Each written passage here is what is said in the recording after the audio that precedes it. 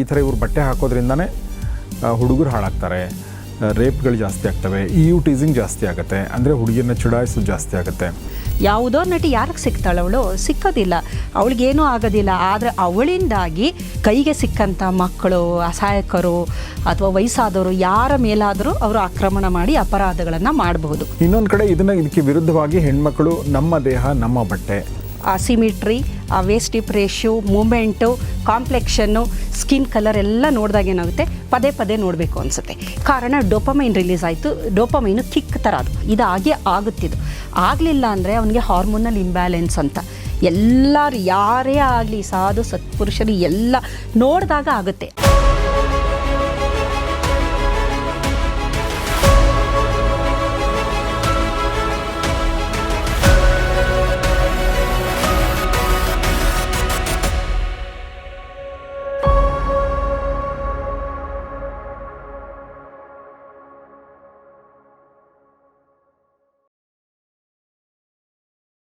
ನಾವು ಯೂಶ್ವಲಿ ನಮ್ಮ ಸೋಷಿಯಲ್ ಮೀಡ್ಯಾದಲ್ಲಿ ಆಗಾಗ್ಗೆ ಒಂದು ಕಾಂಟ್ರವರ್ಸಿ ಆಗ್ತಾನೆ ಇರುತ್ತೆ. ಅದೇನೆಂದರೆ ನಮ್ಮ ನಟಿಯರು ಕೆಲವೊಂದು ಸಲ ತುಂಡು ಉಡುಗೆಗಳನ್ನ ಹಾಕ್ಕೊಂಡಾಗ ಅದನ್ನು ಪೋಸ್ಟ್ ಮಾಡಿದಾಗ ಕೆಳಗಡೆ ಕಮೆಂಟ್ಗಳು ಬಂದಾಗ ಒಂದಷ್ಟು ಕಮೆಂಟ್ಗಳು ಅಡ್ವರ್ಸ್ ಆಗಿರ್ತವೆ. ತುಂಬ ಜನ ಚೆನ್ನಾಗಿ ಕಾಣ್ತಾ ಇದ್ದಾರೆ, ಬ್ಯೂಟಿಫುಲ್ ಅಂತ ಹೇಳಿದರೆ, ಇನ್ನು ಕೆಲವೊಬ್ಬರು ಅದನ್ನು ಬೈದು ಟೀಕಿಸಿ ವಿರೋಧಿಸಿ ಮಾತಾಡ್ತಿರ್ತಾರೆ. ಆ ಥರ ಬೈದು ಟೀಕಿಸಿ ಮಾತಾಡುವಂಥವರಲ್ಲಿ ಕೆಲವೊಬ್ಬರು ಸೆನ್ಸಿಬಲ್ ಆಗಿ ಹೇಳಿದರೆ, ಇನ್ನು ಕೆಲವೊಬ್ಬರು ಅದನ್ನು ಬೇರೆ ಬೇರೆ ಥರನೂ ಹೇಳ್ತಿರ್ತಾರೆ. ಇನ್ನು ಕೆಲವೊಂದು ಕಡೆ ಇದರಿಂದ ನನಗೆ ಅಂದರೆ ಈ ಥರ ಇವ್ರು ಬಟ್ಟೆ ಹಾಕೋದ್ರಿಂದನೇ ಹುಡುಗರು ಹಾಳಾಗ್ತಾರೆ, ರೇಪ್ಗಳು ಜಾಸ್ತಿ ಆಗ್ತವೆ, ಟೀಸಿಂಗ್ ಜಾಸ್ತಿ ಆಗುತ್ತೆ, ಅಂದರೆ ಹುಡುಗಿಯನ್ನ ಚುಡಾಯಿಸೋದು ಜಾಸ್ತಿ ಆಗುತ್ತೆ ಅನ್ನೋದಿದೆ. ಇನ್ನೊಂದು ಕಡೆ ಇದಕ್ಕೆ ವಿರುದ್ಧವಾಗಿ ಹೆಣ್ಮಕ್ಳು ನಮ್ಮ ದೇಹ ನಮ್ಮ ಬಟ್ಟೆ, ಓಕೆ, ನಮ್ಮ ಸ್ಟೈಲು, ನಮ್ಮ ಲೈಫು ಅನ್ನೋ ಥರದ್ದು ಅವ್ರು ಮಾತಾಡ್ತಾರೆ. ಗಂಡಸರಿಗೆ ಏನು ಬೇಕಾದರೂ ಹಾಕ್ಕೊಳ್ಳೋಂಥ ಒಂದು ಅವಕಾಶ ಇರುವಾಗ ಹೆಣ್ಮಕ್ಳಿಗೆ ಯಾಕೆ ಅವಕಾಶ ಇಲ್ಲ ಅಂಥೇಳಿ ಕೆಲವರು ಮಾತಾಡ್ತಾರೆ. ಈ ಚರ್ಚೆ ಸುಮಾರು ವರ್ಷಗಳಿಂದ ನಡೀತಾನೆ ಇದೆ, ಬಹುಶಃ ಇನ್ನೂ ಹಲವಾರು ವರ್ಷಗಳ ಕಾಲ ನಡೆಯುತ್ತೆ ಅನಿಸುತ್ತೆ. ಸೊ ಈ ಬಗ್ಗೆ ತಾವು ಅಂದರೆ ಒಂದು ಸೈನ್ಸ್ ಬ್ಯಾಕ್ಗ್ರೌಂಡಿಂದ ಬಂದಂಥವರಾಗಿ, ಒಂದು ವಿಜ್ಞಾನಿಯಾಗಿ, ಈ ಒಂದು ದೇಹ ಪ್ರದರ್ಶನದ ಬಗ್ಗೆ ಮತ್ತು ಇದರಿಂದ ಆಗುವ ಪರಿಣಾಮಗಳು, ಅಂದರೆ ಅದು ಒಳ್ಳೆಯ ಪರಿಣಾಮ ಅಥವಾ ಕೆಟ್ಟ ಪರಿಣಾಮ, ನಾವು ಯಾವುದೂ ಜಡ್ಜ್ಮೆಂಟ್ ಕೊಡ್ತಾ ಇಲ್ಲ. ಸರಿ, ಈಗ ಮೊದಲನೇದಾಗಿ ಒಂದು ವಿಕಾಸದ ಹಂತ ಅಂತ ನಾವು ನೋಡೋದಾದರೆ, ಮನುಷ್ಯ ವಿಕಾಸ ಆಗಬೇಕಾದ್ರೆ ಬಹಳ ಪ್ರಮುಖವಾಗಿ ಬರೀ ಮನುಷ್ಯನೇ ಅಲ್ಲ, ನೀವು ಜೀವಿಯ ವಿಕಾಸ ಅಂತ ನಾವು ನೋಡೋದಾದರೆ ಎಲ್ಲದಕ್ಕಿಂತ ಬಹಳ ಹೆಚ್ಚಿನ ಪ್ರಾಮುಖ್ಯತೆ ಕೊಡೋದು ರಿಪ್ರೊಡಕ್ಷನ್, ಸಂತಾನೋತ್ಪಾದನೆ. ಅಂದರೆ ಜೀನ್ಸ್ಗಳು, ಆ ಜೀವಿಯಲ್ಲಿರುವ ಜೀನ್ಸ್ಗಳು ಮುಂದಿನ ಜನರೇಷನ್ಗೆ, ಮುಂದಿನ ತಲೆಮಾರಿಗೆ ಹೋಗಬೇಕು ಅನ್ನುವ ಕಾರಣಕ್ಕೆ ಅದು ಬಹಳ ಪ್ರೈಮಾಡಿಯಲ್ ಅಂತಂತೀವಿ, ಬಹಳ ಅತ್ಯಂತ ಪ್ರಮುಖವಾದ ಒಂದು ಕಾರಣ ಅನ್ಬೋದು. ಪ್ರತಿಯೊಂದು ಜೀವಿ, ಜಗತ್ತಿನಲ್ಲಿರುವ ಪ್ರತಿಯೊಂದು ಜೀವಿ ಅದು ಬದುಕಿರೋದು ರಿಪ್ರೊಡಕ್ಷನ್ಗೋಸ್ಕರನೇ. ಫೈನಲಿ ಅಂದರೆ ತನ್ನ ಜೀನು ಹಾಗೆ ತನ್ನ ಸಂತತಿ ಮುಂದುವರಿಬೇಕು. ಅದಕ್ಕೆ ನೋಡಿ ಹಿಂದಿನವರು ಮದುವೆ ಅಂತ ಮಾಡ್ತಿದ್ರು, ಆಮೇಲೆ ತಕ್ಷಣ ಮದುವೆಯಾಗಿ ಒಂದು ವರ್ಷಕ್ಕೆಲ್ಲ ಮಗುಯಲ್ಲಿ ಮೊಮ್ಮಗು ಕೊಡಲೇ ಇಲ್ಲ ನೀವು ಅನ್ನೋದು ಇದೆಲ್ಲ ನಡೀತಾ ಇತ್ತಲ್ವಾ. ಇಲ್ಲಿ ಸಂತಾನೋತ್ಪಾದನೆ ಅಥವಾ ಸಂತಾನ ಅಂತ, ಈಗ ಲೈಂಗಿಕತೆನೇ ಬೇರೆ, ಸಂತಾನನೇ ಬೇರೆ.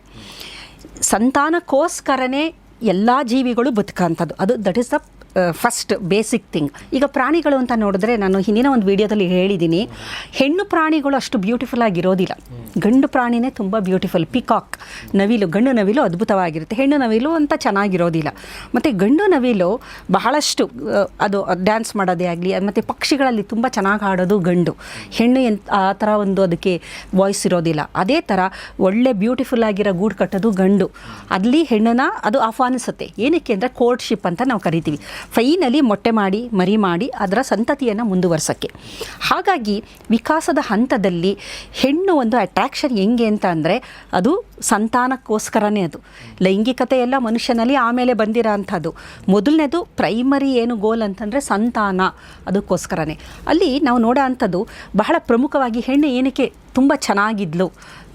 ಪ್ರಾಣಿಗಳಲ್ಲಿ ಹೆಣ್ಣು ಚೆನ್ನಾಗಿರೋದಿಲ್ಲ, ಮನುಷ್ಯರಲ್ಲಿ ಏನಕ್ಕೆ ಚೆನ್ನಾಗಿದ್ಲು ಅಂತಂದರೆ, ಅದನ್ನು ಗಂಡು ಆಕರ್ಷಣೆ ಹೊಂದಿ ಅಲ್ಲಿ ಅವರು ಕೂಡಿ ಅಲ್ಲಿ ಒಂದು ಜನನ ಆಗಬೇಕು, ಅವರ ಒಂದು ಜೀನ್ಸು ಕಂಟಿನ್ಯೂ ಆಗಬೇಕು.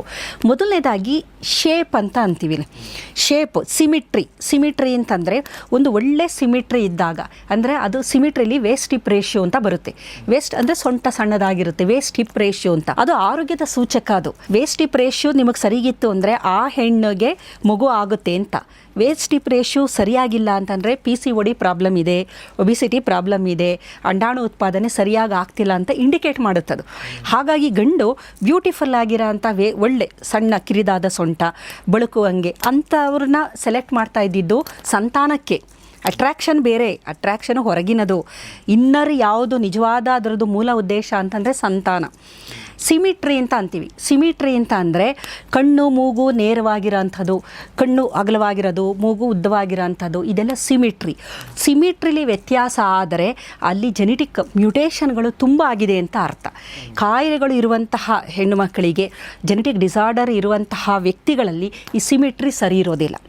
ಆಮೇಲೆ ಕಾಂಪ್ಲೆಕ್ಷನ್ನು, ಸ್ಕಿನ್ನು ತುಂಬ ಚೆನ್ನಾಗಿರುತ್ತೆ, ಕ್ಲಿಯರ್ ಆಗಿರುತ್ತೆ, ಅಟ್ರಾಕ್ಟಿವ್ ಆಗಿರುತ್ತೆ ಅಂದರೆ ಅಲ್ಲಿ ಇನ್ಫ್ಲಮೇಷನ್ ಇಲ್ಲ ಮತ್ತು ರೋಗ ಪ್ರತಿರೋಧಕ ಶಕ್ತಿ ತುಂಬ ಚೆನ್ನಾಗಿದೆ ಅಂತ ಇಂಡಿಕೇಟ್ ಮಾಡಿ. ಆರೋಗ್ಯವನ್ನು ಇದೆಲ್ಲ ಸುಮ್ಮನೆ ಅಲ್ಲ. ಈಗ ಸ್ಕಿನ್ ತುಂಬ ಚೆನ್ನಾಗಿದೆ ಅಂದರೆ ಅದೇನು ಇಂಡಿಕೇಟ್ ಮಾಡುತ್ತೆ ಅಂದರೆ ಆಕೆಯ ರೋಗ ಪ್ರತಿರೋಧಕ ಶಕ್ತಿ ಚೆನ್ನಾಗಿದೆ, ಆಕೆಗೆ ಇನ್ಫ್ಲಮೇಷನ್ ಇಲ್ಲ ಅಂತ. ಆಕೆ ತುಂಬ ಸಣ್ಣಕ್ಕೆ ಬೆಳಕುವ ಥರ ಇದ್ದಾಳೆ, ತುಂಬ ಸುಂದರವಾಗಿದ್ದಾಳೆ ಅಂತಂದರೆ ಅಲ್ಲಿ ವೇಸ್ಟ್ ಹಿಪ್ ರೇಷಿಯೋ ಆಕೆಗೆ ಮಗುವನ್ನು ಒಂದು ಪಡೆಯುವ ಶಕ್ತಿ ಆಕೆಗಿದೆ, ಆಕೆಗೆ ಗರ್ಭಾಶಯದಲ್ಲಿ ಏನೂ ತೊಂದರೆ ಇಲ್ಲ. ಈ ಥರದಕ್ಕೋಸ್ಕರನೇ ಅದು ಅಟ್ರ್ಯಾಕ್ಷನ್ನು, ಅದು ಲೈಂಗಿಕತೆಗಿನ್ನ ಮುಖ್ಯವಾಗಿ ಸಂತಾನಕ್ಕೆ ಅಂತ ಇತ್ತು. ಈಗೇನಾಗ್ತಾ ಇದೆ, ಇಲ್ಲಿ ಎಕ್ಸ್ಪೋಸ್ ಮಾಡೋದು ಅಥವಾ ತುಂಡುಡಿಗೆ ಎಲ್ಲ ಉಡೋದಿದೆಯಲ್ಲ, ಲೈಂಗಿಕತೆಯೇ ಹೊರತು ಸಂತಾನ ಅಲ್ಲ. ಯಾರೋ ಒಬ್ಬ ನಟಿ ಅದನ್ನು ಒಂದು ಸ್ವಲ್ಪ ದೇಹ ಪ್ರದರ್ಶನ ಮಾಡ್ತಾಳೆ ಅಂದರೆ ಅಟ್ರ್ಯಾಕ್ಷನ್ಗೆ, ಇಡೀ ಸಮಾಜವನ್ನು, ಹುಡುಗರನ್ನು ಅಟ್ರ್ಯಾಕ್ಟ್ ಮಾಡೋದಕ್ಕೆ. ಇಲ್ಲಿ ಅಪರಾಧಕ್ಕೂ ಇದಕ್ಕೂ ಸಂಬಂಧ ಇದೆಯಾ ಅಂದರೆ ವೈಜ್ಞಾನಿಕವಾಗಿ ಇದೆ ಅಂತ ಹೇಳ್ಬೋದು, ಇಲ್ಲ ಅಂತ ಹೇಳೋಕ್ಕಾಗೋದಿಲ್ಲ.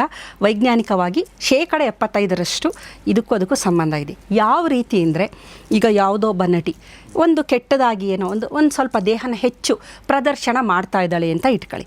ಜನಸಾಮಾನ್ಯರು ಏನು ಮಾಡ್ತಾ ಇದ್ದಾರೆ, ಅದನ್ನು ಮೊಬೈಲಲ್ಲೋ TV-ಲೋ ಅಥವಾ ಚಲನಚಿತ್ರದಲ್ಲೋ ನೋಡ್ತಾರೆ. ನೋಡಿದಾಗ ಏನೇನು ದೇಹದ ಒಳಗಡೆ ಆಗುತ್ತೆ ಅನ್ನೋದು ಗೊತ್ತಾದರೆ ಇದಕ್ಕೆ ಉತ್ತರನ ನೀವೇ ಹೇಳ್ತೀರ. ವಿಷುವಲ್ ಅಂತ ಹೇಳ್ತೀವಿ, ನೋಡ್ತೀವಲ್ಲ, ನೋಡಿದಾಗ ಆ ವಿಷುವಲ್ ಏನಿರುತ್ತೆ, ಆ ಒಂದು ಚಿತ್ರ ನಮ್ಮ ಕಣ್ಣಿನ ಮುಖಾಂತರ ರೆಟೈನಕ್ಕೆ ಹೋಗುತ್ತೆ. ಕಣ್ಣಿನಲ್ಲಿ ರೆಟೈನಾ ಅಂತ ಒಂದು ಭಾಗ ಇದೆ, ಅಲ್ಲಿಗೆ ಹೋಗುತ್ತೆ. ಅಲ್ಲಿಂದ ಆಪ್ಟಿಕ್ ನರ್ವ್ ಮುಖಾಂತರ ವಿಷುವಲ್ ಕಾರ್ಟೆಕ್ಸ್ ಅಥವಾ ಆಪ್ಟಿಕ್ ಕಾರ್ಟೆಕ್ಸ್ ಅಂತ ಮೆದುಳಿನಲ್ಲಿ ಒಂದು ಜಾಗ ಇದೆ, ಅಲ್ಲಿಗೆ ಹೋಗುತ್ತೆ. ಆ ಒಂದು ಪಿಕ್ಚರ್ ನಾವು ನೋಡಿದ್ದು ಇದೆಲ್ಲ ಫ್ರ್ಯಾಕ್ಷನ್ ಆಫ್ ಸೆಕೆಂಡಲ್ಲಿ ಆಗೋಂಥದ್ದು. ನಾನು ತುಂಬ ಎಕ್ಸ್ಪ್ಲೇನ್ ಮಾಡ್ತಾ ಹೋಗ್ತೀನಿ, ಬಟ್ ನೋಡಿದ ತಕ್ಷಣ ಆಗೋಂಥದ್ದು ಇದು. ಅಲ್ಲಿಗೆ ಹೋದಾಗ ಏನು ಮಾಡುತ್ತೆ, ಅದು ಗ್ಲುಟಮೇಟ್ ಅಂತ ಒಂದು ನ್ಯೂರೋ ಟ್ರಾನ್ಸ್ಮಿಟರ್ನ ಬಿಡುಗಡೆ ಮಾಡುತ್ತೆ ತಕ್ಷಣ. ಈಗ ನೋಡಿದ ತಕ್ಷಣ ಗ್ಲುಟಮೇಟ್ ರಿಲೀಸ್ ಆಯಿತು, ಏಕೆಂದರೆ ಅದು ನೋಡ್ತು, ರೆಟೆನಾದಿಂದ ಕಣ್ಣಿನಿಂದ ರೆಟೆನಾಕ್ಕೆ ಹೋಯ್ತು, ರೆಟೆನಾದಿಂದ ವಿಷುವಲ್ ಕಾರ್ಟೆಕ್ಸ್ಗೆ ಹೋಯ್ತು, ಆಪ್ಟಿಕ್ ನರ್ವ್ ಮುಖಾಂತರ. ಅದು ಗ್ಲುಟಮೇಟು ನ್ಯೂರೋ ಟ್ರಾನ್ಸ್ಮಿಟರ್ ಏನು ಮಾಡುತ್ತೆ, ಶೇಪ್ ನೋಡುತ್ತೆ, ಕಲರ್ ನೋಡುತ್ತೆ, ಸಿಮಿಟ್ರಿ ನೋಡುತ್ತೆ, ಮೂಮೆಂಟ್ ನೋಡುತ್ತೆ, ಎಲ್ಲ ನೋಡುತ್ತೆ. ನೋಡಿದ ತಕ್ಷಣ ಅದು ಅಟ್ರ್ಯಾಕ್ಟ್ ಆಯಿತು. ಆ ಸಿಗ್ನಲ್ಲು ಅಮೆಗ್ಡೆಲಾ, ನಮ್ಮ ಚಿಂಪ್ ಅಥವಾ ಪ್ರಾಣಿ ಮೆದುಳು ಅಮೆಗ್ಡೆಲಾದಲ್ಲಿ ಇದೆಯಲ್ಲ, ಅಲ್ಲಿಗೆ ಹೋಯ್ತು. ಅಮೆಗ್ಡೆಲಾ ಏನು ಮಾಡ್ತು, ಇಮಿಡಿಯೇಟಾಗಿ ಡೋಪಮೈನ್ನ ರಿಲೀಸ್ ಮಾಡುತ್ತೆ. ಡೋಪಮೈನ್ ರಿಲೀಸ್ ಆದಾಗ ಪದೇ ಪದೇ ನೋಡಬೇಕು ಅನಿಸುತ್ತೆ. ಅದನ್ನು ಒಂದು ಸಲ ನೋಡ್ತೀವಲ್ಲ, ಆ ಕಲರು, ಆ ಸಿಮಿಟ್ರಿ, ಆ ವೇಸ್ಟ್ ಹಿಪ್ ರೇಷಿಯೋ, ಮೂಮೆಂಟು, ಕಾಂಪ್ಲೆಕ್ಷನ್ನು, ಸ್ಕಿನ್ ಕಲರ್ ಎಲ್ಲ ನೋಡಿದಾಗ ಏನಾಗುತ್ತೆ, ಪದೇ ಪದೇ ನೋಡಬೇಕು ಅನಿಸುತ್ತೆ. ಕಾರಣ ಡೋಪಮೈನ್ ರಿಲೀಸ್ ಆಯಿತು. ಡೋಪಮೈನು ಕಿಕ್ ಥರ, ಅದು ಒಂದು ರಿವಾರ್ಡಿಂಗ್ ಹಾರ್ಮೋನ್, ಅದು ಒಂದು ಕಿಕ್ ಕೊಡುತ್ತೆ, ಅದನ್ನೇ ನೋಡ್ತಾ ಇರ್ತೀವಿ. ಇಷ್ಟು ಆಗಬೇಕಾದ್ರೆ ನಮ್ಮ ಹೈಪೋಥಾಲಮಸ್ ಇದೆಯಲ್ಲ ಮೆದುಳಿನಲ್ಲಿ, ಅದೇನು ಮಾಡುತ್ತೆ ಅಂದರೆ GnRH ಅಂತ ಗೊನೆಡೋಟ್ರೋಪಿಕ್ ರಿಲೀಸಿಂಗ್ ಹಾರ್ಮೋನ್ನ ಬಿಡುಗಡೆ ಮಾಡುತ್ತೆ. ಗೊನೆಡೋಟ್ರೋಪಿಕ್ ರಿಲೀಸಿಂಗ್ ಹಾರ್ಮೋನು ಪಿಟ್ಯೂಟರಿಗೆ ಹೋಗಿ ಲ್ಯೂಟಿನೈಸಿಂಗ್ ಹಾರ್ಮೋನ್, ಫಾಲಿಕ್ಯುಲರ್ ಸ್ಟಿಮ್ಯುಲೇಟಿಂಗ್ ಹಾರ್ಮೋನ್ನ ಬಿಡುಗಡೆ ಮಾಡುತ್ತೆ. ಆ ಲ್ಯೂಟಿನೈಸಿಂಗ್ ಹಾರ್ಮೋನ್ ಏನು ಮಾಡುತ್ತೆ, ನಮ್ಮ ಟೆಸ್ಟಿಸ್ಗೆ ಹೋಗಿ, ಪುರುಷರಲ್ಲಿ ಟೆಸ್ಟಿಸ್ಗೆ ಹೋಗಿ ಲಿಡಿಕ್ ಸೆಲ್ಸ್ ಅಂತ ಇದೆ, ಆ ಲಿಡಿಕ್ ಸೆಲ್ಸ್ ಜೊತೆ ಬೈಂಡ್ ಆದಾಗ G ಪ್ರೋಟೀನ್ನ ಆ್ಯಕ್ಟಿವೇಟ್ ಮಾಡುತ್ತೆ. G ಪ್ರೋಟೀನ್ನು ಅದು ಸೈಕ್ಲಿಕ್ AMP ಅಂತ ಇದೆ, ಅದನ್ನು ಆ್ಯಕ್ಟಿವೇಟ್ ಮಾಡುತ್ತೆ. Cyclic AMP secondary messenger. ಅದೇನು ಮಾಡುತ್ತೆ, ದೇಹದಲ್ಲಿರುವ ಕೊಲೆಸ್ಟ್ರಾಲನ್ನು ಟೆಸ್ಟೋಸ್ಟಿರಾನ್ ಅಥವಾ ಪುರುಷರ ಹಾರ್ಮೋನ್ ಆಗಿ ಕನ್ವರ್ಟ್ ಮಾಡುತ್ತೆ. ಇಷ್ಟೆಲ್ಲ ಪ್ರೋಸೆಸ್ಸು ನೋಡಿದ ತಕ್ಷಣ ನಡೆಯುತ್ತೆ. ನಾನು ಹೇಳ್ತಾ ಇದ್ದೀನಿ ಇಷ್ಟುದ್ದ, ಆದರೆ ನೋಡಿದ ತಕ್ಷಣ ನಡೆಯೋಂಥದ್ದು. ಪುರುಷ ಹಾರ್ಮೋನು ರಿಲೀಸ್ ಆಗುತ್ತಲ್ವ, ಟೆಸ್ಟೋಸ್ಟಿರಾನ್, ಒಂದು ಉದ್ರೇಕದ ಸ್ಥಿತಿ ನೋಡಿದಾಗ ಅಂತ ಅಂದ್ಕೊಳ್ಳಿ. ಅದೇನು ಮಾಡುತ್ತೆ, ಅಷ್ಟೇ ಅಲ್ಲ, ಅದು ತಕ್ಷಣ ಏನು ಮಾಡುತ್ತೆ, ಈ ಟೆಸ್ಟೋಸ್ಟಿರಾನು ಪುನಃ ವಾಪಸ್ಸು ಮೆದುಳಿಗೆ ಹೋಗುತ್ತೆ. ಈ ಟೆಸ್ಟಿಸಿಂದ ಬಿಡುಗಡೆ ಆಗೋದು ಸರ್ಕ್ಯುಲೇಷನ್ ಮುಖಾಂತರ ಪುನಃ ಮೆದುಳಿಗೆ ಹೋಯ್ತು. ಮೆದುಳಿಗೆ ಹೋಗಿ ಏನು ಮಾಡ್ತು, ಅದು ಮೆದುಳಿನಲ್ಲಿ ರೆಸೆಪ್ಟಾರ್ಸ್ಗಳಿರುತ್ತೆ. ಮೆದುಳಿನ ಕೆಲವು ಭಾಗದಲ್ಲಿ AR ರೆಸೆಪ್ಟಾರ್, ಆ್ಯಂಡ್ರೋಜನ್ ರೆಸೆಪ್ಟಾರ್ಸ್ ಅಂತ ಇರುತ್ತೆ. ಈ ಆ್ಯಂಡ್ರೋಜನ್ ರೆಸೆಪ್ಟಾರ್ ಮುಖಾಂತರ ಅದು ನರಕೋಶಗಳ ಒಳಗಡೆ ಹೋಗುತ್ತೆ. ನರಕೋಶಗಳ ಒಳಗೆ ಹೋಗಿ ARE ಎಲಿಮೆಂಟ್ ಅಂತ ಇದೆ, ಅದನ್ನೇ ಆ್ಯಕ್ಟಿವೇಟ್ ಮಾಡಿ ಡೋಪಮೈನ್ನ ಪುನಃ ಜಾಸ್ತಿ ರಿಲೀಸ್ ಮಾಡ್ತಾ ಬರುತ್ತೆ. ಡೋಪಮೈನು ಜಾಸ್ತಿ ರಿಲೀಸ್ ಆದಂಗೆ ಅದು ಪದೇ ಪದೇ ಅದನ್ನು ನೋಡಬೇಕು ಅನ್ನೋದು. ಇಷ್ಟೆಲ್ಲ ನಡೆಯೋ ಅಷ್ಟೊತ್ತಿಗೆ ಏನಾಗುತ್ತೆ ಅಂತಂದರೆ ಪ್ಯಾರಾಸಿಂಪಥೆಟಿಕ್ ನರ್ವಸ್ ಸಿಸ್ಟಮ್ಮು ಆ್ಯಕ್ಟಿವೇಟ್ ಆಗಿ ನೈಟ್ರಿಕ್ ಆಕ್ಸೈಡ್ನ ಬಿಡುಗಡೆ ಮಾಡುತ್ತೆ. ಈ ನೈಟ್ರಿಕ್ ಆಕ್ಸೈಡ್ ನಾನು ಬಹಳಷ್ಟು ವಿಡಿಯೋಗಳಲ್ಲಿ ಹೇಳಿದ್ದೀನಿ. ಇದೇನು ಮಾಡುತ್ತೆ ಅಂದರೆ ಸ್ಮೂತ್ ಮಸಲ್, ಎಲ್ಲಿ ಟೆಸ್ಟಿಸು, ಇಶಿಷ್ಣ ಅಂತ ಅಂತೀವಿ ಅಂಥ ಜಾಗ, ಅಥವಾ ಫೀಮೇಲ್ಸಲ್ಲಿ ಜನನೇಂದ್ರಿಯಗಳು, ಅಲ್ಲಿರುವಂಥ ಸ್ಮೂತ್ ಮಸಲಲ್ಲಿ ನೈಟ್ರಿಕ್ ಆಕ್ಸೈಡ್ ಪ್ರಮಾಣ ಜಾಸ್ತಿಯಾಗಿ ಏನಾಗುತ್ತೆ ಅಂದರೆ ಅಲ್ಲಿರುವ ರಕ್ತನಾಳಗಳು ಹಿಗ್ತಾ ಬರುತ್ತೆ. ಹಿಗ್ತಾ ಬಂದಾಗ ಬ್ಲಡ್ ಫ್ಲೋ ತುಂಬ ಜಾಸ್ತಿ ಆಗುತ್ತೆ. ಬ್ಲಡ್ ಫ್ಲೋ ಜಾಸ್ತಿ ಆದಾಗ ಅದನ್ನು ನೋಡ್ತಾ ಅವರಿಗೆ ಮೈ ಬಿಸಿ ಆಗೋಂಥದ್ದು ಅಥವಾ ಉದ್ರೇಕದ ಸ್ಥಿತಿ, ಇಷ್ಟು ಎಲ್ಲದನ್ನು ಇದು ಮಾಡ್ತಾ ಬರುತ್ತೆ. ಸೊ ಏನೇ ನೋಡಿದ್ರು ಪ್ರತಿಯೊಬ್ಬರಿಗೂ ಇದು ಪ್ರತಿಯೊಬ್ಬ ಮನುಷ್ಯನ ಮೆದುಳಿನಲ್ಲಿ ಕಣ್ಣಿನಿಂದ ಮುಖಾಂತರ ಹೋಗಿ ನಡೆಯುವಂತಹ ಕ್ರಿಯೆ ಇದು ಹಾಗೆ ಆಗುತ್ತಿದ್ದು. ಆಗಲಿಲ್ಲ ಅಂದರೆ ಅವನಿಗೆ ಹಾರ್ಮೋನಲ್ ಇಂಬ್ಯಾಲೆನ್ಸ್ ಅಂತ ಎಲ್ಲರೂ ಯಾರೇ ಆಗಲಿ ಸಾಧು ಸತ್ಪುರುಷರು ಎಲ್ಲ ನೋಡಿದಾಗ ಆಗುತ್ತೆ. ಆದರೆ ಈ GnRH ಅಂತ ನಾನು ಹೇಳಿದ್ನಲ್ಲ, ನಮ್ಮ ಹೈಪೋಥಾಲಮಸ್ಸಿಂದ ಅದು ಪಲ್ಸೇಟಿವ್ ಅಂತ ಹೇಳ್ತೀವಿ. ಅದು ಬಿಡುಗಡೆಯಾಗುವುದು, ಸ್ವಲ್ಪ ಬಿಡುಗಡೆ ಆಗುತ್ತೆ ನಿಲ್ಲುತ್ತೆ, ಸ್ವಲ್ಪ ಬಿಡುಗಡೆ ಆಗುತ್ತೆ ನಿಲ್ಲುತ್ತೆ, ಕಾನ್ಸ್ಟೆಂಟಾಗಿ ಆಗಲ್ಲ, ಒಂದೇ ಸಮ ಫ್ಲೋ ಆಗ್ತಿರಲ್ಲ. ಆ ಒಂದು ಗ್ಯಾಪ್ ಇದೆಯಲ್ಲ, ಪಲ್ಸೇಟಿವ್ ಆಗಿ ಜಾಸ್ತಿ ಬಿಡುಗಡೆ ಆಯಿತು ಕಮ್ಮಿ ಆಯಿತು ನೋಡಿ, ಆ ಗ್ಯಾಪಲ್ಲಿ ಆ ವ್ಯಕ್ತಿ ಏನಾದರೂ ಒಬ್ಬ ಒಳ್ಳೆ ವ್ಯಕ್ತಿಯಾಗಿದ್ದರೆ, ಕೆಲವೊಂದು ನಿಯಮಗಳನ್ನು ಅವನು ಪಾಲನೆ ಮಾಡ್ತಾ ಇದ್ದರೆ ಅವನ ಮುಂಭಾಗದ ಮೆದುಳು ಆ್ಯಕ್ಟಿವೇಟ್ ಆಗುತ್ತೆ. ಮುಂಭಾಗದ ಮೆದುಳು ಆ್ಯಕ್ಟಿವೇಟ್ ಆದಾಗ ಅದೇನು ಮಾಡುತ್ತೆ, ಗಾಬನ ರಿಲೀಸ್ ಮಾಡುತ್ತೆ. ಪ್ರೀಫ್ರಾಂಟಲ್ ಕಾರ್ಟೆಕ್ಸ್ ಇದೆಯಲ್ಲ, ಗಾಬಾ ಅಂತಂದರೆ ಗಾಮಾ ಅಮೈನೋ ಬ್ಯೂಟ್ರಿಕ್ ಆ್ಯಸಿಡ್ ಅಂತ ಇನಿಬಿಟರಿ ನ್ಯೂರೋ ಟ್ರಾನ್ಸ್ಮಿಟರ್. ಅದು ಇನಿಬಿಟರಿ ನ್ಯೂರೋ ಟ್ರಾನ್ಸ್ಮಿಟರು ಸೆರೆಟನಿನ್ನ ಬಿಡುಗಡೆ ಮಾಡುತ್ತೆ. ಸೆರೆಟನಿನ್ನು ಗಾಬಾನ ಬಿಡುಗಡೆ ಮಾಡುತ್ತೆ. ಈ ಎರಡು ಏನು ಮಾಡುತ್ತೆ ಅಂತಂದರೆ, ಸೆರೆಟನಿನ್ ಏನು ಮಾಡುತ್ತೆ, ಆ್ಯರೋಮೆಟೇಸ್ನ ಆ್ಯಕ್ಟಿವೇಟ್ ಮಾಡಿ GnRH ಅಲ್ಲಿದೆಯಲ್ಲ ಅದನ್ನು ಕಮ್ಮಿ ಮಾಡುತ್ತೆ. ಈ ಗಾಬಾ ಇದೆಯಲ್ಲ, ಗ್ಲೂಟಮೇಟ್ ಅಂತ ಎಕ್ಸೈಟೇಟರಿ ನ್ಯೂರೋ ಟ್ರಾನ್ಸ್ಮಿಟರ್ನ ಶಟ್ ಡೌನ್ ಮಾಡುತ್ತೆ. ಹಾಗಾಗಿ ಏನಾಗುತ್ತೆ, ಪ್ರತಿಯೊಬ್ಬ ವ್ಯಕ್ತಿ ಯಾರು ಕುರುಡನಿಗಾಗದೇ ಇರಬಹುದು, ಈಗ ನಾನು ಹೇಳಿದ್ದು ಕುರುಡ್ರಿಗಾಗದೇ ಇರಬಹುದು, ವಿಜುವಲ್ ಕ್ಲೂಸು ಆಗದೇ ಇರಬಹುದು, ಕಣ್ಣಿರುವಂತಹ ಯಾವುದೇ ಪುರುಷ ಆಗಲಿ ಇದನ್ನು ನೋಡಿದಾಗ ಇಷ್ಟು ಅವ್ರಿಗೆ ಆಗೇ ಆಗುತ್ತೆ. ಆದರೆ ಇಷ್ಟಾಗ ಸಂದರ್ಭದಲ್ಲಿ ಮುಂಭಾಗದ ಮೆದುಳು ಆ್ಯಕ್ಟಿವೇಟ್ ಆಗುತ್ತೆ. ಪರಿಪೂರ್ಣ ಮೆದುಳು, ಪ್ರಜ್ಞಾ ಮೆದುಳು, ಅರಿವಿನ ಮೆದುಳು ಅಂತ ಅಂದೆ ನಾನು. ಅದು ಏನು ಮಾಡುತ್ತೆ, ನೋಡಬೇಡ ಜಾಸ್ತಿ ಅದನ್ನು ಅಂತ ಹೇಳುತ್ತೆ. ನೋಡು, ನಿನ್ನ ಸ್ಥಾನಮಾನ ಏನು, ನೀನು ಎಲ್ಲಿದೆಯಾ, ನೀನು ಏನು, ನೀನು ಅದನ್ನು ನೋಡಬಾರ್ದು. ನೀನು ಅದನ್ನು ನೋಡ್ತು ಅಂತಂದರೆ ದೇಹದಲ್ಲಿ ಬದಲಾವಣೆಗಳು ಆಗೇ ಆಗುತ್ತೆ. ಅದು ಹಾರ್ಮೋನ್, ಇದು ಬೇರೆ ಏನಲ್ಲ, ರಾಸಾಯನಿಕ ಕ್ರಿಯೆ. ಸೊ ಅದು ಏನಾದರೂ ಮುಂದಿನ ದಿನದಲ್ಲಿ ನಿನಗೆ ತೊಂದರೆ ಆಗಬಹುದು ಅನ್ನುವ ಕಾರಣದಿಂದ ಎಚ್ಚರಿಕೆಯನ್ನು ಕೊಟ್ಟಾಗ ಏನಾಗುತ್ತೆ, ಇದೆಲ್ಲ ಏನೇನಾಗಿರುತ್ತೆ, ಶಟ್ ಡೌನ್ ಆಗುತ್ತೆ. ಅಪರಾಧಗಳು ಏನಕ್ಕಾಗುತ್ತೆ ಅಂತಂದರೆ, ಇದನ್ನು ನೋಡುವಂತಹ ಜನಸಾಮಾನ್ಯರಿಗೆ ಕೆಲವರಿಗೆ ಒಂದು ಡಿಸಿಪ್ಲಿನ್ ಇರೋದಿಲ್ಲ. ಈಗ ಉದಾಹರಣೆಗೆ, ಯಾವ ವ್ಯಕ್ತಿಗಳು ಇದನ್ನು ಕಂಟ್ರೋಲ್ ಮಾಡೋ ಶಕ್ತಿ ಹೊಂದಿರ್ತಾರೆ ಅಂತಂದರೆ, ಆಹಾರದಲ್ಲಿ ನಿಯಮ ಇರುತ್ತೆ, ಅವರ ಜೀವನ ಕ್ರಮದಲ್ಲಿ ಶಿಸ್ತಿರುತ್ತೆ, ಆಮೇಲೆ ಅವರ ಸ್ಥಾನಮಾನದ ಬಗ್ಗೆ ಅರಿವಿರುತ್ತೆ.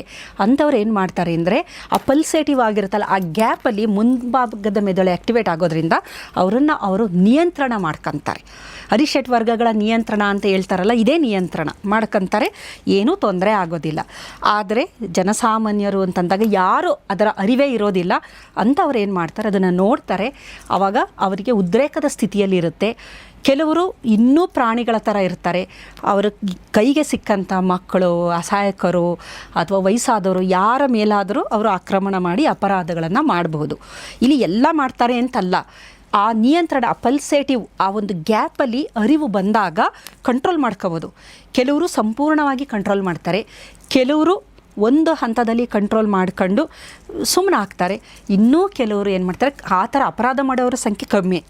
ಆ ಥರದ್ದು ಒಂದು ಮಟ್ಟಕ್ಕೆ ಹೋಗಿ ಅತ್ಯಾಚಾರ ಮಾಡೋ ಅಂಥದ್ದು, ಇದು ಮಾಡೋ ಅಂಥವ್ರ ಸಂಖ್ಯೆ ಸ್ವಲ್ಪ ಕಮ್ಮಿನೇ ಇದೆ, ಅದೇನು ಜಾಸ್ತಿ ಅಂತಲ್ಲ.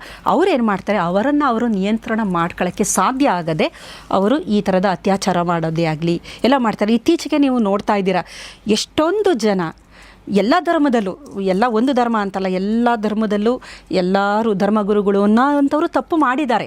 ಕಾರಣ ಏನು ಅಂದರೆ, ಮೊದಲೆಲ್ಲ ಅವರುಗಳಿಗೆ ಆ್ಯಕ್ಸಸ್ ಇರಲಿಲ್ಲ. ಮೊಬೈಲ್ ಎಲ್ಲಿತ್ತು, ಏನು ನೋಡ್ತಾ ಇರಲಿಲ್ಲ.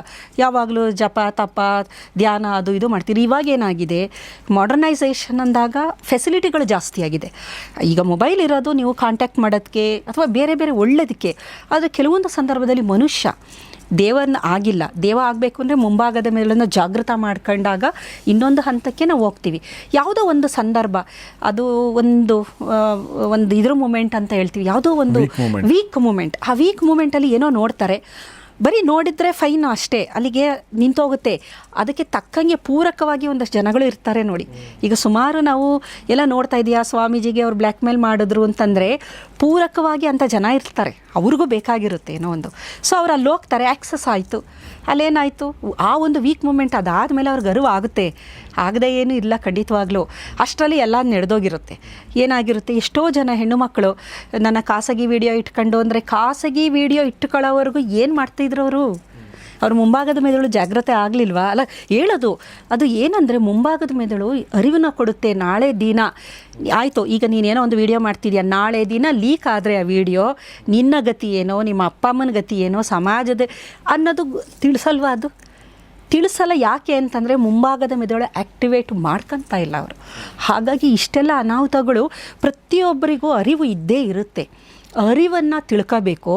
ಅದು ನಮ್ಮ ಮುಂಭಾಗದ ಮೆದುಳು ಹಿಂಭಾಗದ ಮೆದುಳನ್ನು ಡಾಮಿನೇಟ್ ಮಾಡಬೇಕು. ಅದು ಡಾಮಿನೇಟ್ ಮಾಡಿದಾಗ ಸತ್ಯಾಸತ್ಯತೆ ನಮಗೆ ಗೊತ್ತಾಗುತ್ತೆ, ಜಾಗೃತ ವಹಿಸ್ಕೊಂತೀವಿ. ಸಾಮಾನ್ಯವಾಗಿ ನೋಡಿ, ಕೆಲವೆಲ್ಲ ಇತ್ತೀಚೆಗೆ ಬಹಳಷ್ಟು ನಡೀತಾ ಇದೆ. ಏನೇನೋ ಖಾಸಗಿ ವಿಡಿಯೋ ಇಟ್ಕೊಂಡು ತೊಂದರೆ ಕೊಡ್ತಾ ಇರೋದು, ಬ್ಲ್ಯಾಕ್ ಮೇಲ್ ಮಾಡ್ತಾ ಇರೋದು, ಹಣ ಕೇಳ್ತಿರೋದು, ಹುಡುಗಿರು ಸ್ಯೂಸೈಡ್ ಮಾಡ್ಕೊಳ್ಳೋದು, ಈ ಥರದ್ದೆಲ್ಲ ಇತ್ತೀಚೆಗೆ ಸಮಾಜದಲ್ಲಿ ಈ ಥರದ ಅಪರಾಧಗಳು ಜಾಸ್ತಿ ಆಗ್ತಿದೆ. ಕಾರಣ ಏನು ಅಂತಂದರೆ, ಮುಂಭಾಗದ ಮೆದುಳು ಆ್ಯಕ್ಟಿವೇಟ್ ಮಾಡ್ಕೊತಾ ಇಲ್ಲ, ಹಿಂಭಾಗದರಲ್ಲೇ ಇರ್ತಾರೆ. ಸೊ ಅವರಿಗೆ ಮುಂದೆ ಏನೇನು ಕಾನ್ಸಿಕ್ವೆನ್ಸ್ ಏನಾಗಬಹುದು ಅನ್ನೋದರ ಒಂದು ಪರಿವೆನೇ ಇಲ್ಲ. ಆದರೆ ಈಗ ನಾನು ಹೇಳಿರೋದು ಆಗೇ ಆಗುತ್ತೆ, ಇಷ್ಟು ಸತ್ಯ. ಇದು ಆಗಲ್ಲ, ನನ್ನಿಷ್ಟ. ಈಗ ಯಾವುದೋ ಒಬ್ಬ ನಟಿ, ಅವಳಿಗೇನೂ ಆಗಲ್ಲ. ಏಕೆಂತಂದರೆ ಅವಳು ಯಾರಿಗೂ ಆ್ಯಕ್ಸಸ್ಸೇ ಇಲ್ವಲ್ಲ. ಅವಳು ಯಾವುದೋ ನಟಿ ಯಾರಿಗೆ ಸಿಗ್ತಾಳೆ? ಅವಳು ಸಿಕ್ಕೋದಿಲ್ಲ, ಅವಳಿಗೇನೂ ಆಗೋದಿಲ್ಲ. ಆದರೆ ಅವಳಿಂದಾಗಿ ಎಲ್ಲರಿಗೂ ತೊಂದರೆ, ಸಮಾಜದಲ್ಲಿ ಖಂಡಿತ ತೊಂದರೆ ಆಗುತ್ತೆ. ಇಲ್ಲ ಅಂತ ಆರ್ಗ್ಯೂ ಮಾಡೋರು ಮೂರ್ಖರವರು. ಏಕೆಂದರೆ ಇಷ್ಟು ಪ್ರಾಸೆಸ್ಸು ನಡೆಯುತ್ತೆ. This is science. ಅಂದರೆ ಈಗ ನೀವು ಹೇಳಿದ್ರಲ್ಲ, ಅಂದರೆ ಎಲ್ರಿಗೂ ಅದು ಪ್ರೊಸೆಸ್ ಆಗುತ್ತೆ. ಆದರೆ ಅದಕ್ಕೆ ಬಲಿಯಾಗಿ, ಅಂದರೆ ಆ ಒಂದು ಆಮಿಷಕ್ಕೆ, ಅಂದರೆ ಆ ಒಂದು ಸಿಚುವೇಶನ್ಗೆ ಬಲಿಯಾಗಿ ಇನ್ನೊಂದು ಏನೋ ಆಕ್ರಮಣ ಮಾಡುವಂಥದ್ದು, ಅತ್ಯಾಚಾರ ಮಾಡುವಂಥವು ಕೆಲವೇ ಕೆಲವರು.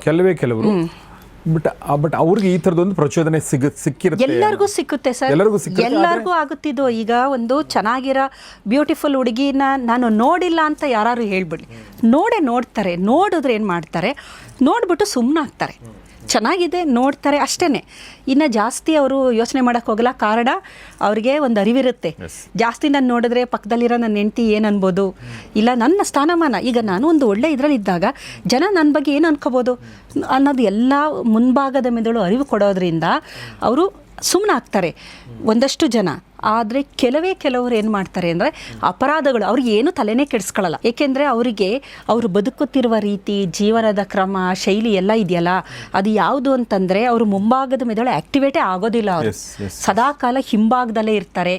ಹಸಿವು, ನೀರಡಿಕೆ, ಲೈಂಗಿಕತೆ ಸದಾಕಾಲ ಇದರಲ್ಲೇ ಇರ್ತಾರೆ. ಭಯ ಇರೋದಿಲ್ಲ ಅವ್ರಿಗೆ. ಸೊ ಅಪರಾಧಗಳನ್ನು ಮಾಡ್ತಾರೆ. ಸಿಂಗಾಪುರ್ಗೆ ಹೋಗಿದ್ದೆ, ಒಂದು 4-5 ದಿನ ಅಲ್ಲಿದ್ದೆ. ಅಲ್ಲಿ ಒಂದು ನಾನು ಗಮನಿಸಿದೆ ಏನಂದರೆ, ಅಲ್ಲಿ ಎಲ್ಲ ಹೆಣ್ಮಕ್ಳು ಅಂದರೆ ಬಹುಶಃ 90% ಹೆಣ್ಮಕ್ಳು ಅಂತ ಅಂದ್ಕೋತೀನಿ, ಎಲ್ಲರೂ ಕೂಡ ಚಡ್ಡಿ ಹಾಕೋತಾರೆ. ಇಲ್ಲಾಂದರೆ ಚಡ್ಡಿ ಥರ ಕಾಣುವಂಥ, ಸ್ಕರ್ಟ್ ಥರ ಕಾಣುವಂಥ ಚಡ್ಡಿ ಹಾಕೋತಾರೆ, ಇಲ್ಲ ಚಡ್ಡಿನೇ ಹಾಕೋತಾರೆ. ಆ ಚಡ್ಡಿ ಎಷ್ಟು ಚಿಕ್ಕದಿರುತ್ತೆ ಅಂತಂದರೆ, ಅಂದರೆ ಅಷ್ಟು ಚಿಕ್ಕದಿರುತ್ತೆ. ನೀವು ಹೆಂಗೆ ಹೇಳ್ಬೇಕು ಗೊತ್ತಿಲ್ಲ ನನಗೆ. ಆದರೆ ಒಂದೇನಂದರೆ ನಾನು ಅಬ್ಸರ್ವ್ ಮಾಡಿದ್ದು, ಅಲ್ಲಿ ಅಂದರೆ ಆ ಸಿಂಗಾಪುರದ ಒಂದು ಚಿಕ್ಕದು, ಅದನ್ನು ಕಂಪೇರ್ ಮಾಡೋಕ್ಕಾಗಲ್ಲ ಭಾರತದ ಜೊತೆಗೆ. ಅದು ಬೆಂಗಳೂರಿನಷ್ಟು ಇಲ್ಲ, ಅದು ಬೆಂಗಳೂರಿನ ಅರ್ಧದಷ್ಟು ಜನಸಂಖ್ಯೆನೂ ಇಲ್ಲ ಅದಕ್ಕೆ. ಓಕೆ, ಇಡೀ ದೇಶದಲ್ಲಿ. ಓಕೆ, ಅದರದ್ದು ಪರ್ ಕ್ಯಾಪಿಟಲ್ ಇನ್ಕಮ್ಮು ನಮ್ಗಿಂತ ತುಂಬ ಮೇಲ್ಮಟ್ಟದಲ್ಲಿದೆ. ಓಕೆ, ಅಷ್ಟು ತುಂಬ ಟೂರಿಸ್ಟ್ ಬಿಸ್ನೆಸ್ ಸಾಫ್ಟ್ವೇರು ಆ ಥರದ್ದೆಲ್ಲ ಇದೆ. ಆದರೆ ನಾನು ಅಬ್ಸರ್ವ್ ಮಾಡಿದ್ದೇನೆ ಅಂದರೆ, ಎಲ್ಲ ಹೆಣ್ಮಕ್ಳನ್ನ ಹೇಳ್ದಂಗೆ ಎಲ್ಲರೂ ಅಂದರೆ ವಯಸ್ಸಾದವರು ಕೂಡ, ಅಂದರೆ 40, 50, 60 ವರ್ಷ ಆದವರು ಕೂಡ ಚಡ್ಡಿ ಹಾಕೋತಾರೆ, ಇಲ್ಲ ಸ್ಕರ್ಟ್ ಹಾಕೋತಾರೆ, ಇಲ್ಲ ಆ ಥರ ಶಾರ್ಟ್ ಡ್ರೆಸ್ನ ಹಾಕೋತಾರೆ. ಆದರೆ ನಾನು ಅಬ್ಸರ್ವ್ ಮಾಡಂಗೆ ಒಬ್ಬ ಗಂಡಸು ಕೂಡ ಆ ಹೆಂಗಸಿನ ಕಡೆ ತಿರುಗಿ ಕೂಡ ನೋಡುವಂಥ ಪ್ರಸಂಗ ನಾನು ನೋಡಲಿಲ್ಲ. ಹಾಗಲ್ಲ, ಅದು ಹೌದು. ಯಾಕೆಂದ್ರೆ ಅದೊಂದು ವಿಶೇಷನೇ ಅಲ್ಲ. ವಿಶೇಷ ಏನಂದ್ರೆ, ನೀವು ಅದನ್ನ ಇಲ್ಲೇನಾಗಿದೆ ಅಂದ್ರೆ, ನಮ್ಮ ದೇಶದಲ್ಲೂ ಎಲ್ಲರೂ ಚಡ್ಡಿನೇ ಹಾಕೊಂಡಿದ್ರೆ ಚಡ್ಡಿ ಹಾಕೊಳ್ಳೋರ್ನೇ ಯಾರೂ ನೋಡ್ತಾ ಇರಲಿಲ್ಲ. ಇಲ್ಲೇನಾಗುತ್ತೆ, ಎಲ್ಲರೂ ಟ್ರೆಡಿಷ್ನಲ್ ಆಗಿ ಒಂದಷ್ಟು ಡೀಸೆಂಟಾಗಿ ಇರ್ತಾರೆ, ಯಾರೋ ಒಂದಷ್ಟು ಜನ ಹಂಗೆ ಮಾಡ್ತಾರೆ. ಹಾಗಾಗಿ ಅದನ್ನು ಅಟ್ರಾಕ್ಷನ್ ಇರುತ್ತೆ. ಇಲ್ಲ ಅಂತಂದರೆ ಏನಾಗುತ್ತೆ ಅಂದರೆ, ಅದು ಇನ್ನೊಂದು ವಿಡಿಯೋದಲ್ಲಿ ಅದರ ಬಗ್ಗೆ ಮಾತಾಡೋಣ. ಸಿನಾಪ್ಟಿಕ್ ಹ್ಯಾಬಿಚುಯೇಷನ್ ಅಂತ ಆಗುತ್ತೆ. ನೀವು ನೋಡ್ತಾ ನೋಡ್ತಾ ಪದೇ ಪದೇ ಪದೇ ಅದನ್ನೇ ನೋಡ್ತಾ ಇದ್ದರೆ ಅದ್ರ ಬಗ್ಗೆ ಇಂಟ್ರೆಸ್ಟ್ ಇರೋದಿಲ್ಲ. ಅದಕ್ಕೆ ನೋಡಿ, ಮನೇಲಿ ಪದೇ ಪದೇ ಒಂದೇ ಊಟ ಮಾಡಿದಾಗ ಬೇಜಾರು, ಒಂದೇ ಥರ ಮೊನೋಟನಸ್ ಆದಾಗ ಮೆದುಳಿಗೆ ಯಾವಾಗಲೂ ಹೊಸದು ಬೇಕು. ಇಲ್ಲಿ ಹೊಸದು ಏನು ಅಂದರೆ, ಎಲ್ಲರೂ ದೇಹ ಪ್ರದರ್ಶನ ಮಾಡ್ತಾ ಇಲ್ಲ, ಯಾರೋ ಒಬ್ಬರು ಮಾಡ್ತಾ ಇದ್ದಾರೆ. ಸೊ ಅಲ್ಲಿ ನೋಡೋದು. ಹಾಗಾಗಿ ಇದು ಎಲ್ಲ ಮಾಡಿದ್ರೆ ಏನೂ ಆಗೋದಿಲ್ಲ. ಹ್ಯಾಬಿಚುಯೇಷನ್, ಅದು ಹ್ಯಾಬಿಚುಯೇಷನ್ ಅಂತೀವಿ, ಅದಕ್ಕೆ ಸಿನಾಪ್ಟಿಕ್ ಡಿಪ್ರೆಷನ್ ಅಂತೀವಿ, ಸಿನಾಪ್ಟಿಕ್ ಹ್ಯಾಬಿಚುಯೇಷನ್ ಅಂತೀವಿ, ಡೋಪಮೈನ್ ಡಿಪ್ರೆಷನ್ ಅಂತೀವಿ. ಡೋಪಮೈನು ಏನು ರಿಲೀಸೇ ಆಗಲ್ಲ. ಅದು ಏನು, ಈಗ ನಾನು ಏನೇನು ಹೇಳಿದೆ, ಈಗ ಪಾತ್ವೆಗಳು ನಾನು ಹೇಳ್ಕೊಂಡು ಹೋದ್ನಲ್ಲ, HPG ಆ್ಯಕ್ಸಿಸಲ್ಲಿ ಏನೇನಾಯಿತು, ಟೆಸ್ಟೋಸ್ಟಿರಾನ್ ಹೇಗೆ ಬಿಡುಗಡೆ ಆಯಿತು, ಅದು ಪುನಃ ಮೆದುಳಿಗೆ ಹೋಗಿ ಏನಾಯಿತು, ಇವೇನೂ ಆಗೋದಿಲ್ಲ, ಯಾವ ಪ್ರೊಸೆಸ್ಸು ಆಗೋದಿಲ್ಲ. ಕಾರಣ ನೋಡಿ ನೋಡಿ ನೋಡಿ ಏನಾಗುತ್ತೆ ಅಂದರೆ, ಮೆದುಳಿಗೆ ಆ ಒಂದು ಹ್ಯಾಬಿಚುಯೇಷನ್, ಆ ನ್ಯೂರೋ ಟ್ರಾನ್ಸ್ಮಿಟರ್ ಅಂತ ನಾನು ಒಂದು ಹೇಳಿದೆ, ಅದು ಎಕ್ಸೈಟೇಟರಿ ನ್ಯೂರೋ ಟ್ರಾನ್ಸ್ಮಿಟರು ಗ್ಲುಟಮೇಟ್, ಅದು ಫಸ್ಟ್ ಬಿಡುಗಡೆ ಆಗೋದು ಇಷ್ಟೆಲ್ಲ ಕಾರಣ ಆಗೋದು. ಈಗ ಗಾಬಾ ಅಂತ ಹೇಳಿದೆ ಇನ್ನೊಂದು, ಅದು ಇನಿಬೇಟ್ ಮಾಡೋದು. ಅದು ಯಾವಾಗ ಮಾಡುತ್ತೆ ಅಂದರೆ, ಮುಂಭಾಗದ ಆ್ಯಕ್ಟಿವೇಟ್ ಆಗುತ್ತೆ. ನೋಡಬೇಡ, ಸರಿ ಇಲ್ಲ, ನೋಡ್ತು ಅಂತಂದರೆ ಕಷ್ಟ ಇದೆ, ಪಕ್ಕದಲ್ಲಿ ನೀನು ಎಂತಿದ್ದಾಳೆ, ನೋಡಬೇಡ ಇನ್ನೊಂದು ಸಲ ಕಡೆ ಅನ್ನೋದೇ ಆಗಲಿ, ಅಥವಾ ನೋಡು ನೀನು ದೊಡ್ಡ ವ್ಯಕ್ತಿ, ನಿನಗೆ ಸಮಾಜದಲ್ಲಿ ಒಂದು ಮರ್ಯಾದೆ ಇದೆ, ಚೆನ್ನಾಗಿರಲ್ಲ, ಯಾರು ನೋಡಿದ್ರೆ ಏನು ಅಂತ ಅನ್ನೋದೇ ಆಗಲಿ, ನಾವು ಯಾರು ನೋಡಿದ್ರೆ ಅವಳೇ ನಮಗೆ ಬೈಬಹುದು, ಅದೇ ಏನೋ ಒಂದು ಆತ ಏನು ಮಾಡೋದು ಅಂದರೆ, ಮುಂಭಾಗದ ಮುಂದೆ ಆ್ಯಕ್ಟಿವೇಟ್ ಆಗಿ ಗಾಬಾ ಬಿಟ್ಬಿಡುತ್ತೆ. ಗಾಬಾ ರಿಲೀಸ್ ಮಾಡಿದ್ರೆ ಈಗ ಏನೇ ನಿಮ್ಗೆ ಆಗಿರುತ್ತೆ ಎಲ್ಲ ಇಳಿದೋಗುತ್ತೆ ಅಂತಾರಲ್ಲ, ಅಂದರೆ ಏರಿರೋ ಅಂಥದ್ದೆಲ್ಲ ಇಳಿದು ನಾರ್ಮಲಾಗಿ ಬಂದುಬಿಟ್ಟು ಆಯ್ತಪ್ಪ ನಾನು ಆರಾಮಾಗಿರ್ತೀನಿ ಅಂತ ಇರ್ತೀವಿ. ಬಟ್ ಯಾವಾಗ ಗಾಬಾ ಬಿಡುಗಡೆ ಆಗೋದಿಲ್ಲ ಅಂಥ ಸಂದರ್ಭದಲ್ಲಿ ಅನಾಹುತಗಳು, ಅದನ್ನು ನೋಡಿ ಪ್ರಚೋದನೆ ಒಳಪಟ್ಟಿರ್ತಾರೆ. ಪ್ರಚೋದನೆ ಆಗೋಗಿದೆ, ಇಲ್ಲಿ ಅವಳು ಸಿಗ್ತಾ ಇಲ್ಲ, ಸಿಕ್ಕವರು ಯಾರೋ ಬೇರೆಯವರು, ಬಲಿಪಶು ಆಗಂಥವ್ರು. ಹಾಗಾಗಿ ಅಷ್ಟೊಂದು ಅಪರಾಧಗಳು ಇಷ್ಟೊಂದು ಆಗ್ತಿರೋದು, ಅದು one of the main reason ಏನಂತಂದರೆ ಆಕರ್ಷಣೆ. ಅದು ವಿಷುವಲ್ ಆಗ್ಬೋದು, ವಿಷುವಲ್ ಕ್ಲೂಸ್ ಆಗ್ಬೋದು, ಟ್ಯಾಂಗೋ ರಿಸೆಪ್ಟರ್ ಟಚ್ಚಿಂದನೂ ಆಗುತ್ತೆ, ಬಟ್ ಅಷ್ಟೊಂದಲ್ಲ, ವಿಷುವಲ್ಲೇ ಜಾಸ್ತಿ ಆಗೋಂಥದ್ದು.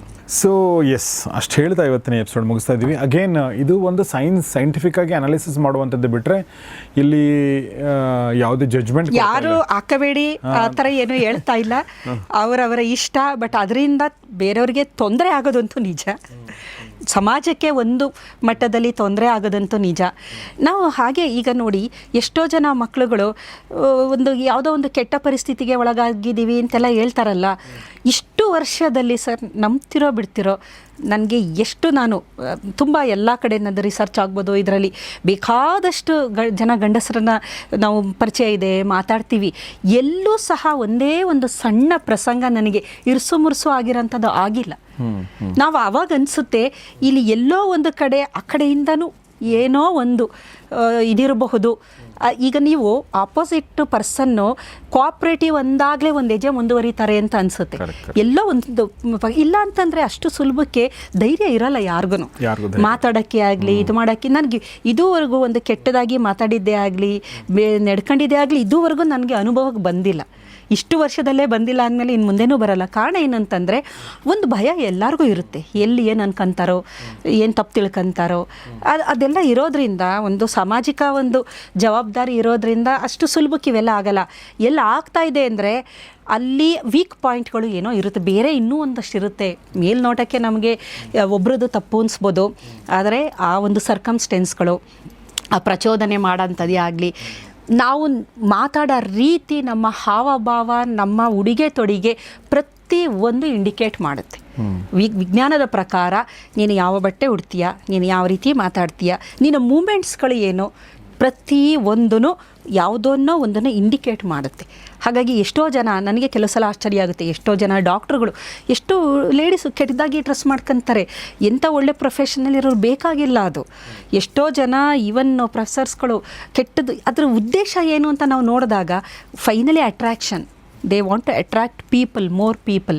ಬಟ್ ಅದು ಇನ್ನೊಂದು ಥರ ಅದು ಕೆಲವೊಮ್ಮೆ ಅನಾಹುತಗಳಿಗೆ ಎಡೆ ಮಾಡಿಕೊಡುತ್ತೆ ಅಷ್ಟೇ. ಎಸ್, ಅಷ್ಟು ಹೇಳ್ತಾ ಇವತ್ತಿನ ಎಪಿಸೋಡ್ ಮುಗಿಸ್ತಾ ಇದ್ದೀವಿ. ಈ ಕುರಿತಾಗಿ ನಿಮ್ಮ ಅನಿಸಿಕೆಗಳಿಗೆ ಸ್ವಾಗತ ಮೇಡಮ್, ತುಂಬ ಥ್ಯಾಂಕ್ಸ್ ಈ ವಿಚಾರ ನಮ್ಮ ಜೊತೆ ಶೇರ್ ಮಾಡ್ಕೊಂಡ್ರಿ. ನಿಮ್ಮ ಅನಿಸಿಕೆಗಳಿಗೂ ಸ್ವಾಗತ ಮತ್ತು ನಿಮ್ಮ ಸ್ನೇಹಿತರೊಂದಿಗೆ ವಿಡಿಯೋನ ಶೇರ್ ಮಾಡಿ. ನೋಡ್ತಾರೆ ಗೌರಿ ಶಕ್ತಿ ಸ್ಟುಡಿಯೋ, ನೋಡ್ತಾರೆ ಫ್ಯಾಮಿಲಿ ಡಾಕ್ಟರ್. ನಮಸ್ಕಾರ.